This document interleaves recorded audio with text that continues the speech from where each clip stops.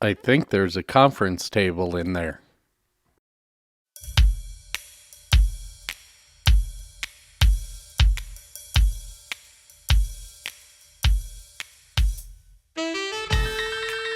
Okay, so this is the rough lumber for this conference table.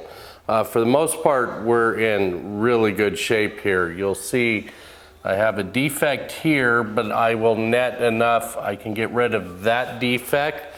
And I have one more little defect up here, but it's super small. And that one will just get an epoxy fill. The other bad spot in this one is this one has a fairly large warp in it, and I need to yield, from memory, I think 7.5 inches from each of my outside boards. So this one is going to be tricky.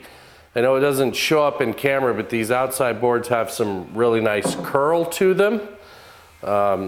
So this should really be a beautiful table. Down here on this corner, I misjudged on this board when I was rough cutting the ends, and I missed a defect on the underside. So this one could play a couple of tricks on me, but shouldn't be bad enough. I need to replace the board. So additionally, these are all longer than my longest track.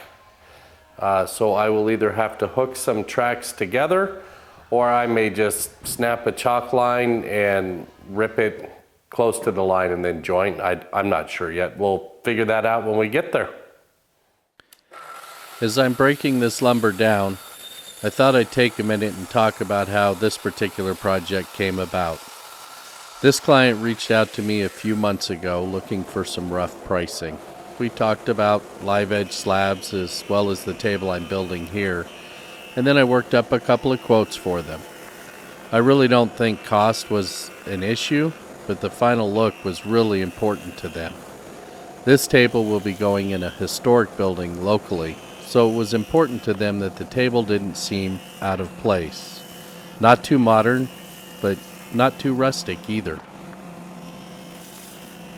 Once the client decided what they wanted, we went to the hardwood dealer together to pick out the actual lumber for this build. Unfortunately, the first batch of lumber just was not quite up to par for this table, but Glacier Hardwoods was awesome as usual and ordered more lumber for us to choose from, and we were able to select just the right lumber for this project. I will admit that this lumber was a bear to break down by myself. I did what I could to help myself out, but it was still a workout to get this lumber milled. Roller stands at the planer and the Jessam roller guides at the table saw were a huge help, but I sure was happy when this milling chore was done. For the record, I had to empty the dust collector twice during this process, as well as actually move my joiners so that I had enough room for these long pieces of lumber. All right, so there's the rough milling. There's still, as you can see by all the white marks on here, there's still a lot of little things to clean up, and we're gonna do that. I'm actually pretty impressed for a rough milling, and then I actually had these stacked up on their edges all night long. I put a very light clamp on it today, and everything really came together better than I thought it was gonna be. I thought I was gonna see more wood movement than this, and it's really not bad. So I still got a couple of high spots and some things to fix. But I think one or two more passes through the planer will get this all dialed in. I have not edge jointed any edges yet, so my lack of gaps is really nice coming pretty much straight off the table saw. So a little edge joint and we'll clean this right up. Really, there's hardly any pressure on this clamp at all. So I'm really happy with the way that this turned out. So I'm gonna wrestle these one more time today and then start laying out for a few dominoes and figuring out, getting everything a little closer and hopefully get this tabletop glued up today.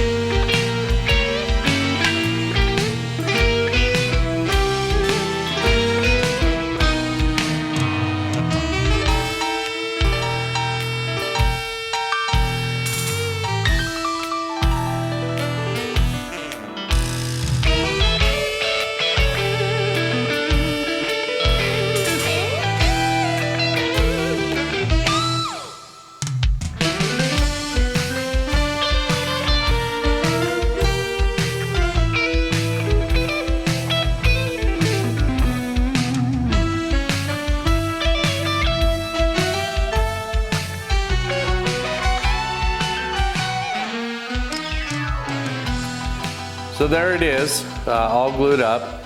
I did end up with plenty of extra length at 8'7", but the client has told me they only want 8 foot, so we'll trim this back.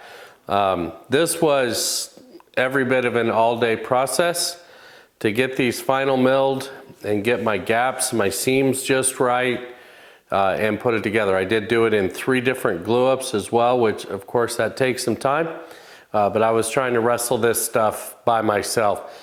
I did get my wife to come in and help me on the final glue up because everything was just so big. So tomorrow we'll go ahead and get it trimmed and of course start the sanding process, which will be a long process. But we also have to inset the legs, which arrived today. So we got all the parts for that, as well as the C-channel. That's got to go in yet. And so all that hardware is here. It's just a whole lot of sanding and then laying out and getting those legs and all that stuff in here. So I will see you guys in the morning when we get after this, hopefully getting close to finishing up this table. I start off by getting the table cut to rough length with the track saw. I then marked up the table with white chalk so that I know where I've sanded and where I haven't. This also helps me find low spots so that I know I need to keep sanding until they're all removed. I started at 80 grit and worked my way up through the grits to 180 grit. I keep a couple of lights like this in the shop for this very purpose. A raking light will show much more detail in the surface than standard lighting. All good finishes start with proper prep. Needless to say, I was several hours on the sander before I was happy with this surface. Next up was routing for the top plate of the legs. Really just a matter of creating a template and hogging out the material to the thickness of that top plate. I did have one leg that had a small bulge in it that needed to be carved around. This meant that the legs were now dedicated to a particular location on this table. I then squared up all the corners with a chisel using my template as a guide. With the legs fit to the table, I used them to locate for the threaded inserts that would secure the legs to the table. I used a drill guide to help ensure that the holes were perfect, and then installed the inserts in the holes with an Allen wrench. Next up was the C-channel. Just like with the legs, I created a template and hogged away the bulk of the material. I've also added a picture of one of the leg dry fits here since I didn't seem to grab any video footage of it. Then I used a track and a router attachment to route the outside edges deeper to accept the C-channel. The threaded inserts are installed exactly the same way as the legs. I spent numerous hours going over every surface to ensure everything was just right for the finish. These fills are all West Systems epoxy tinted with dark walnut. Each area was resanded once the epoxy was cured, and then the light was broke out to verify everything was correct. The last thing to do prior to finish was to add the edge profiles. The client selected a simple taper, which I really think was the perfect choice for this table. The finish for this table will be Rubio Pure, hand applied with a Scotch-Brite pad. I prefer to do 2 coats of Rubio as I just think it looks better. I also applied an N3 Nano Coat for additional protection and longevity on this table.